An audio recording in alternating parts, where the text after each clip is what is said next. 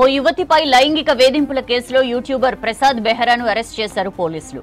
హైదరాబాద్ మణికొండకు చెందిన బాధితురాలు ఇచ్చిన ఫిర్యాదుతో ప్రసాద్ పై పలు సెక్షన్ల కింద కేసు నమోదు చేశారు. ఓ వెబ్ సిరీస్ షూటింగ్ సమయంలో తనకు పరిచయమైన ప్రసాద్ తనతో చాలా సార్లు అసభ్యంగా ప్రవర్తించాడని కంప్లైంట్ చేసింది. ఇదేంటని ప్రశ్నిస్తే అసభ్య పదజాలంతో దూషించడంతో పాటు అందరి ముందు తనపై దాడి చేశాడని ఫిర్యాదులో పేర్కొంది బాధితురాలు. ఈ కేసులో ప్రసాద్ ను కోర్టులో హాజరుపరచగా 14 రోజుల రిమాండ్ విధించడంతో అతన్ని చెంచల్గూడ జైలుకు తరలించారు పోలీసులు.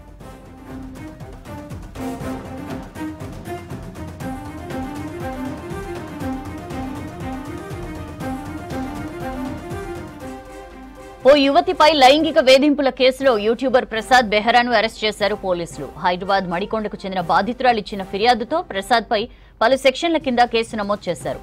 ఓ వెబ్ సిరీస్ షూటింగ్ సమయంలో తనకు పరిచయమైన ప్రసాద్ తనతో చాలా సార్లు అసభ్యంగా ప్రవర్తించాడని కంప్లైంట్ చేసింది.